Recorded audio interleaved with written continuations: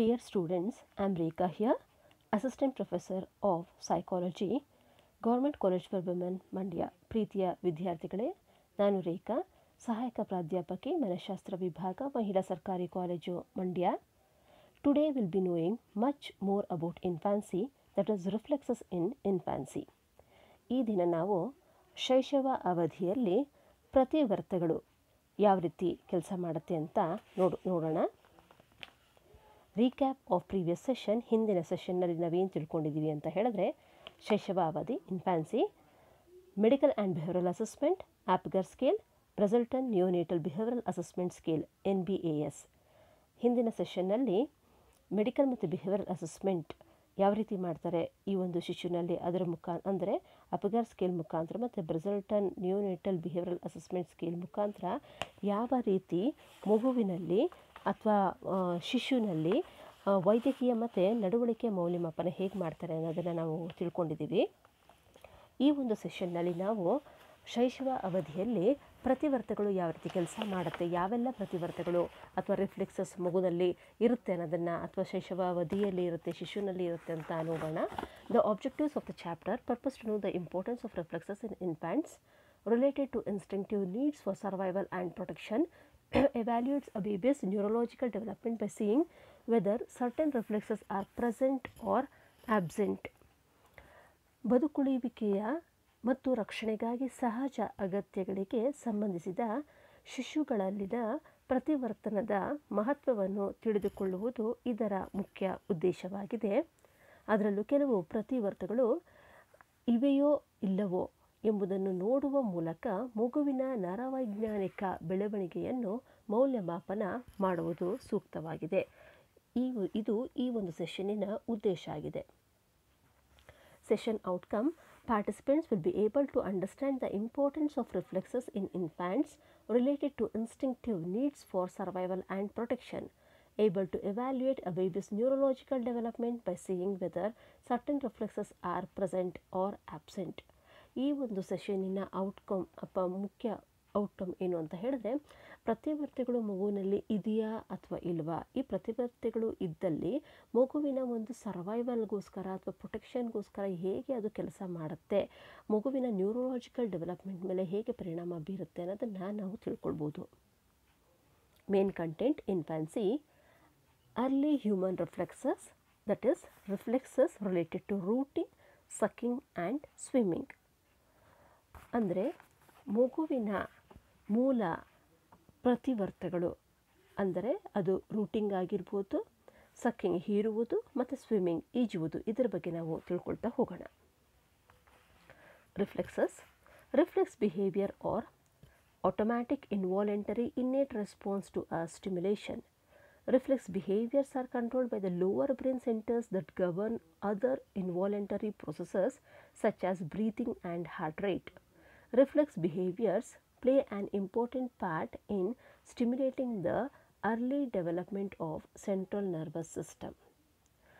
Reflex ಅಥವಾ ಪ್ರತಿವರ್ತಗಳು ಸ್ವಯಂ ಚಾಲಿತ ಸಹಜ ಪ್ರಕ್ರಿಯೆಯಾಗಿದೆ ಮತ್ತು ಇದು ಮನುಷ್ಯನಲ್ಲಿ ಅಥವಾ ಮಗುವಿನಲ್ಲಿ ಮೆದುಳಿನ ಕೆಳಭಾಗದ ಮೆದುಳು ಈ ಒಂದು ರಿಫ್ಲೆಕ್ಸ್ ಬಿಹೇವಿಯರ್ನ ಅಥವಾ ಪ್ರತಿವರ್ತಗಳ ವರ್ತನೆಯನ್ನು ನಿಯಂತ್ರಣ ಮಾಡುತ್ತೆ. ಎಸ್ಪೆಷಲಿ ಮಗುವಿನ ಉಸಿರಾಟ ಆಗಿರ್ಬೋದು ಅಥವಾ ಮಗುವಿನ ಒಂದು ಹೃದಯ ಬಡಿತನ ಇದು ಕಂಟ್ರೋಲ್ ಮಾಡ್ತಾ ಹೋಗುತ್ತೆ. ಅದರ ಜೊತೆಗೆ ಕೇಂದ್ರ ನರಮಂಡಲ ವ್ಯವಸ್ಥೆ ಆರಂಭಿಕ ಬೆಳವಣಿಗೆಯನ್ನು ಉತ್ತೇಜಿಸುವಲ್ಲಿ ಪ್ರಮುಖ ಪಾತ್ರ ವಹಿಸುತ್ತದೆ.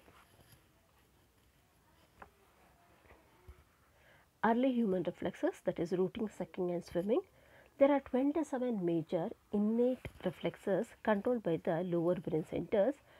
It play an important role in stimulating early development of central nervous system and muscles.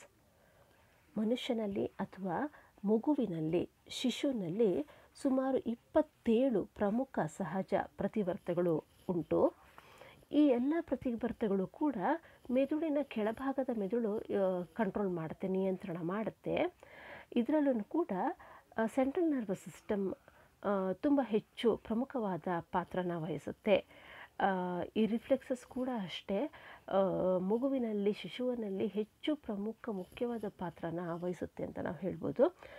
ರಿಫ್ಲೆಕ್ಸಸ್ನಲ್ಲಿ ನಾವು 3 ರೀತಿಯಾದ ರಿಫ್ಲೆಕ್ಸಸ್ನ ನೋಡ್ಬೋದು. ಒಂದು ಪ್ರಿಮಿಟಿವ್ ರಿಫ್ಲೆಕ್ಸಸ್ ಅಂತ ಹೇಳ್ತೀವಿ, ಅಂದರೆ ಮೂಲ ಪ್ರತಿವರ್ತಗಳು ಅಂತ ನಾವು ಹೇಳ್ತೀವಿ. ಅದು ಯಾವ್ದ್ಯಾವುದು ಅಂತ ಹೇಳಿದ್ರೆ ಹೀರುವುದು, ಸಕ್ಕಿಂಗ್, ರೂಟಿಂಗ್ ಫಾರ್ ನಿಪ್ಪಲ್, ಅಂದರೆ ಮಗುವಿನ ತಾಯಿಯ ಒಂದು ನಿಪ್ಪಲ್ಗೋಸ್ಕರ ಹುಡುಕೋದಾಗಿರ್ಬೋದು, ಅಥವಾ ಹೀರುವಿಕೆ ಆಗಿರ್ಬೋದು, ಮೋರೋ ರಿಫ್ಲೆಕ್ಸ್ ಅಂತ ಹೇಳ್ತೀವಿ. ಮತ್ತು ಇನ್ನೊಂದು ಗ್ರಾಸ್ಪಿಂಗ್ ಅಂತ ಹೇಳಿದ್ರೆ ಅದು ಹಿಡ್ಕೊಳ್ಳೋದು.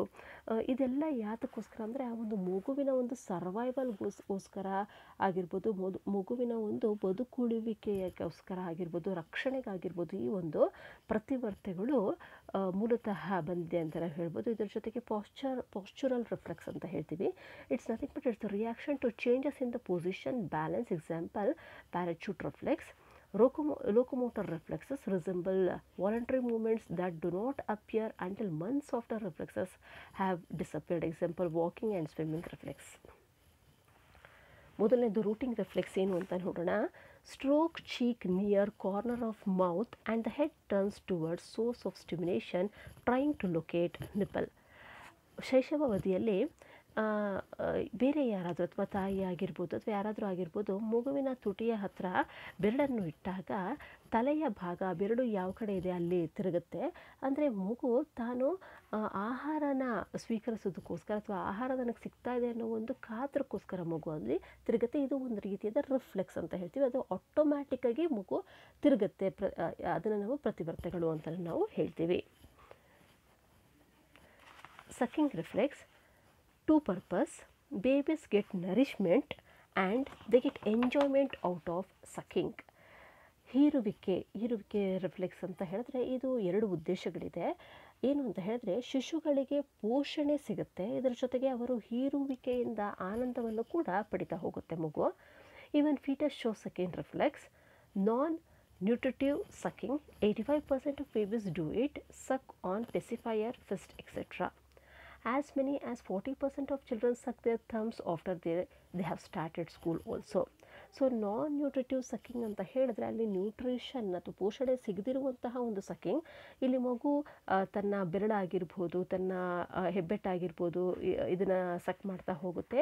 ಇದು ಒಂದು ಸ್ಯಾಟಿಸ್ಫ್ಯಾಕ್ಷನ್, ತೃಪ್ತಿಗೋಸ್ಕರ ಮಗು ಸಕ್ ಮಾಡ್ತಾ ಹೋಗುತ್ತೆ. ಬಟ್ ಇದು ಕೆಲವು ಮಕ್ಕಳಲ್ಲಿ ಒಂದು 40% ಮಕ್ಕಳಲ್ಲಿ ಇದು ಕಂಟಿನ್ಯೂ ಆಗ್ಬೋದು. ಆ ಒಂದು ಮಗು ಶಾಲೆಗೆ ಎಂಟರ್ ಆದಾಗ್ಲೂ ಕೂಡ ಕೆಲವೊಂದು ಮಕ್ಕಳಲ್ಲಿ ನಾವು ತಂಪ್ ಸಕ್ಕಿಂಗ್ನ ಕೂಡ ನಾವು ನೋಡ್ತಾ ಹೋಗ್ತೀವಿ. ಇದು ಮೇಯ್ನಾಗಿ ಯಾಕೆ ಅಂತ ಹೇಳಿದ್ರೆ ಆ ಒಂದು ತಂಪ್ ಸಕ್ಕಿಂಗ್ ಅಥವಾ ಹೀರುವಿಕೆಯಿಂದ ಮಗುಗೆ ಒಂದು ರೀತಿಯಾದ ತೃಪ್ತಿ ಸಿಗ್ತಾ ಹೋಗುತ್ತೆ. ಅದರ ಜೊತೆಗೆ ಬೇರೆಯವರು ಅವಧಾನ ಕೊಡ್ತಾ ಹೋಗ್ತಾರೆ, ಮಗು ಮೇಲೆ ಇಂಟ್ರೆಸ್ಟ್ ತೋರಿಸ್ತಾ ಹೋಗ್ತಾರೆ.